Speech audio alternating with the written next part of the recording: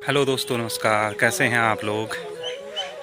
आज मैं एक छोटा सा ब्लॉग लेके आ रहा हूं। अभी शाम का समय है, शाम के 4 बजे हैं और हम अभी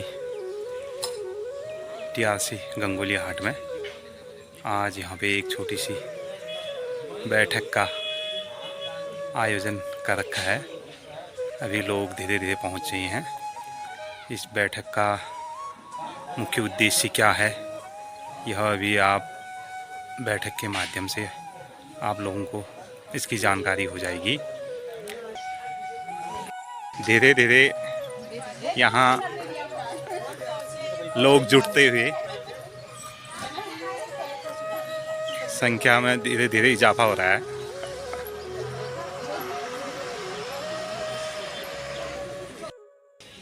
हमारे पिथौरागढ़ जनपद के सबसे बड़े विकास खंड होने के नाते मैं आशा करता था कि सबसे ज़्यादा भीड़ और सबसे ज़्यादा जो संघर्षी साथी होंगे हमारे विकास खंड में होंगे, लेकिन अफसोस है कि सबसे कम भीड़ हमारे यहाँ पर आज देखने को मिल रही है।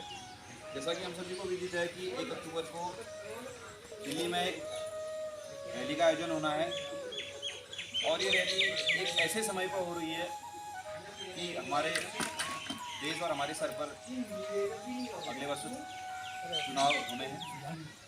तो ये ऐसा निर्णायक पल होगा कि आज हमारा जो दिल्ली रैली का जो कार्यक्रम है हमारे राष्ट्रीय अध्यक्ष जी के नेतृत्व में, अगर वो सफल रहा तो कहीं ना कहीं सरकार को, जो कि अभी सोचने पर विवश तो जरूर हुई है, तो 2024 के इलेक्शन से पहले पुरानी पेंशन पर कोई ना कोई डिसीजन उसको लेने को मजबूर होना पड़ेगा। ये निर्भर करता है कि दिल्ली में हमारी कितनी संख्या पहुंच रही है। ये निर्भर करता है कि हमारे साथियों के द्वारा कितना संघर्ष किया जा रहा है। और शिक्षक साथी और जितने भी हमारे विभाग थे और अन्य लोगों के द्वारा जो टोटल धनराशि जमा हुई थी वो 37,000 रुपये जमा हुई थी।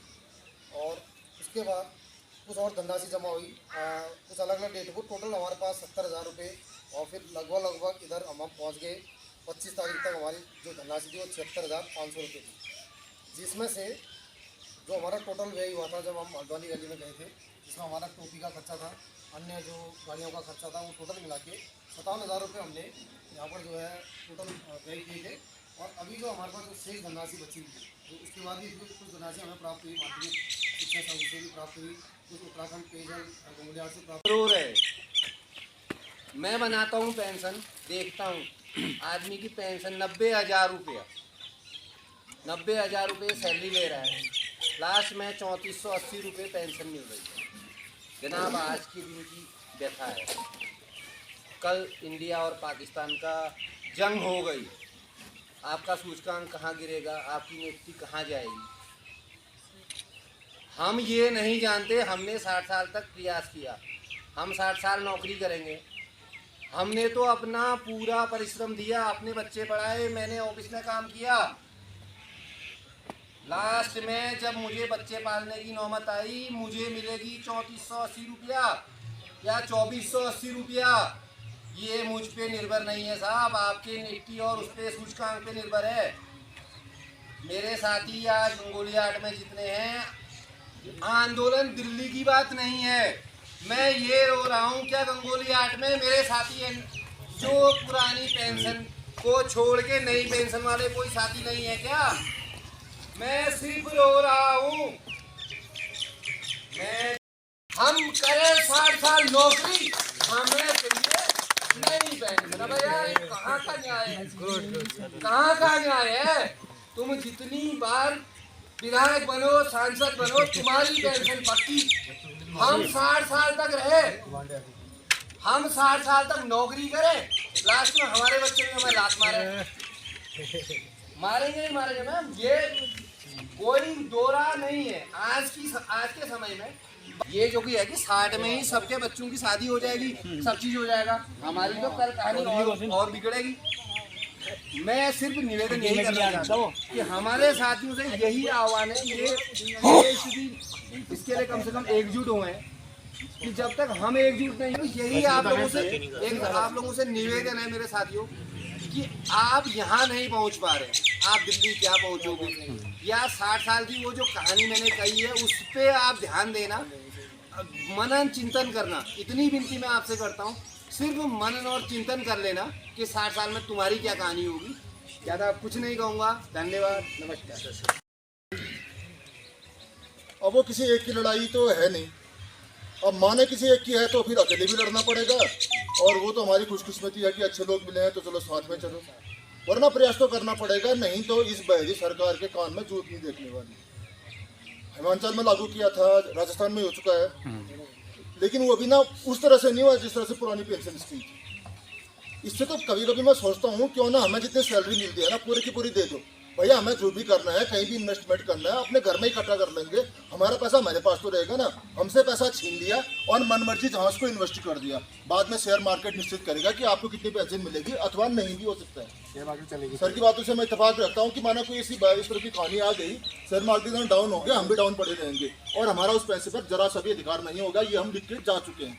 मैं खुद बताऊँ, मैंने जो अपना पेंशन वाला NPS का फॉर्म भरा था, उसमें कहाँ इन्वेस्ट किया जाए, मैंने पूरा उसमें लाल शाही लगा दी।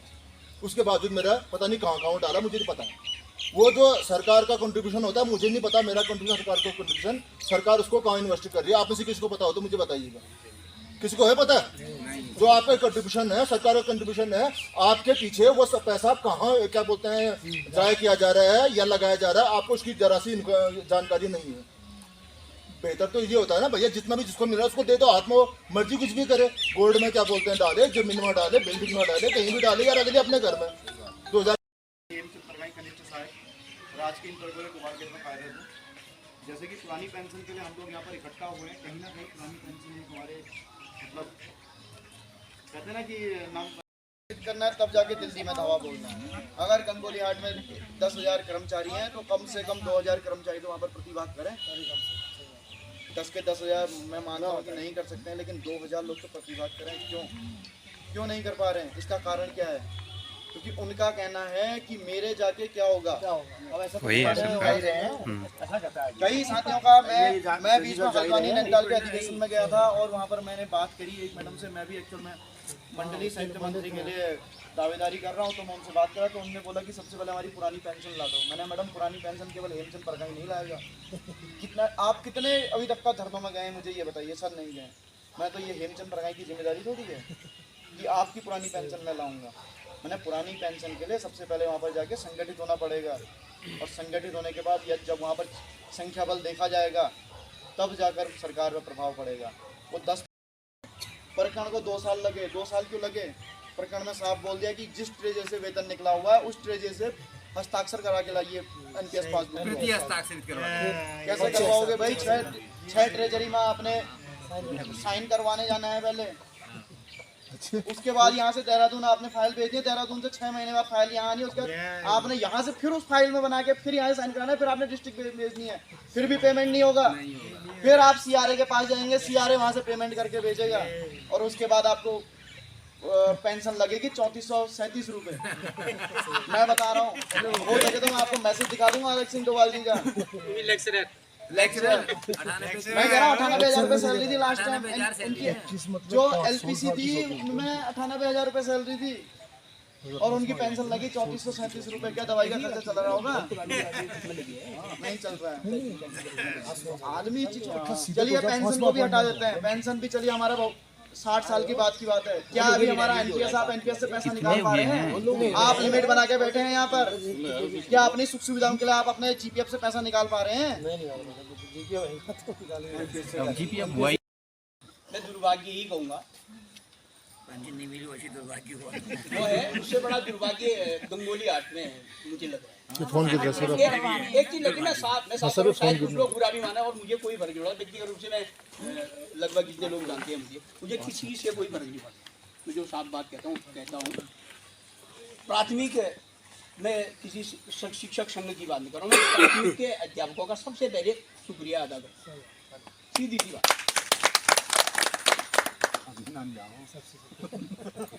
करीब हमारे यहाँ से प्राथमिक से करीब 50 से ऊपर दिल्ली जाने के लिए सहमति करीब 50 लोगों ने अपनी सहमति दी। अब बात थोड़ी सी मैं क्योंकि बुरा लगेगा किसी को लगे तो लगे, मुझे वो नहीं कहता हूँ। माध्यमिक में शायद प्राथमिक से ज़्यादा टीचर है या नहीं? माध्यमिक वाले दो लोग बैठे थे यहाँ पे, हैं सर? आपको आप लोग को पता होगा ना? जी जी। तो आखिर क्यों ऐसी बेरुचि? क्या इतना पैसा मिलता है आप लोगों को कि आपका रिटायरमेंट के बाद भी उससे काम चल जाने वाला है? तो ऐसा होता हो, आपको पैकेज मिलने हो के करोड़ों के, ऐसा तो मुझे नहीं लगता है पढ़ाने के लिए। और या एक चीज़ और हो सकती है, यार ये संगठन है ही नहीं। हाँ, किस संगठन की बात करो? एक एनोमीटर राष्ट्रीय स्तर पे आ रहा है, यहाँ पर जीवन सिंह नेगी प्राइमरी का मास्टर है, इसके सामने इसके आगे क्यों बैठने वाला है? ये बड़ा दुर्भाग्य, मुझे ये भी लगता है, मुझे ये भी लगता है। सीधी सी बात बताऊँ, ये जो हमारे बीच में खाइयाँ हैं ना, इन खाइयों को जब तक हम मिटाएंगे नहीं, हम नहीं मिटा सकते। हम तो तैयार है सब जगह जाने, ये खाइयाँ मिटा लो, हाथ जोड़ दें आप। माध्यमिक वालों से मेरा विशेष रूप से आगे, गंगोली हाट में एक माध्यमिक हो गया, एक प्राथमिक हो गया, और हमारे विभाग के क्लरिकल स्टाफ में होंगे केवल 4-5 लोग, अन्य कोई विभाग नहीं है। एक मूर्ति दिखाई दे रही है यहाँ पर, ये और ये मूर्ति मेरी नाक की है, ये मूर्ति मेरी नाक की है। ग्राम विकास विभाग में करीब कुछ नहीं भी तो करीब 20-25 लोग हैं यहाँ पे, शायद ज़्यादा होंगे, तो एक नहीं है, सबकी समस्या। और सबसे बड़ा फैक्ट, मैं एक चीज़ और बताऊंगा आपको, एक अध्यापक है, एकल अध्यापिका है। अगर 1 तारीख को संडे है, 30 तारीख को उसको विद्यालय में रहना, 2 तारीख को उसको विद्यालय में रहना, उसका तो ये विद्यालय में रहना जरूरी है ना, वो प्रभावित हो सकता है, उससे समाज भी प्रभावित हो सकता है। लेकिन एक ग्राम विकास अधिकारी है, तुम तो फील्ड में रहते हो ना, दिल्ली चलो, फील्ड में क्या पैसा दिया? पटवारी आप टूर दिखाओ ना, पटवारी है, पटवारी चले दिल्ली जाए, उसे कौन पूछ रहा है? मैं तो छुट्टी नहीं मिल सकती है ना, आप तो टूर दिखा सकते हैं, यही टूर दिखा सकता है अपना, क्या प्रॉब्लम है? लेकिन नहीं, मानसिकता ही है, सोचते नहीं ये लोग जाएंगे, हमें क्या करना है। और जहाँ तक माध्यमिक वाली बात करो, माध्यमिक में आपके विद्यालय में, एक विद्यालय में 10 बार टीचर तो है, हमारे यहाँ तो एक ही है, और वो भी दम भर के कह रहा है मैं आऊँगा, कह रहा मैं चला लूँगा। हम लोग 3 हैं विद्यालय में, 3 के 3 जाते हैं, उनके साइड प्राथमिक वालों ने पैसा इकट्ठा किया, वो प्राथमिक के पास रह गया, ग्रुप के पास। जो माध्यमिक का पैसा आता है वो माध्यमिक वाले अपने ढंग से अपने पास रखेंगे, एक कोटा देखिए बना के साथ कंजन जिसे कह रखा हूँ बना लेंगे। पुरानी पेंशन करो, बैठ जाओ तो चलो, बैठ जाओ।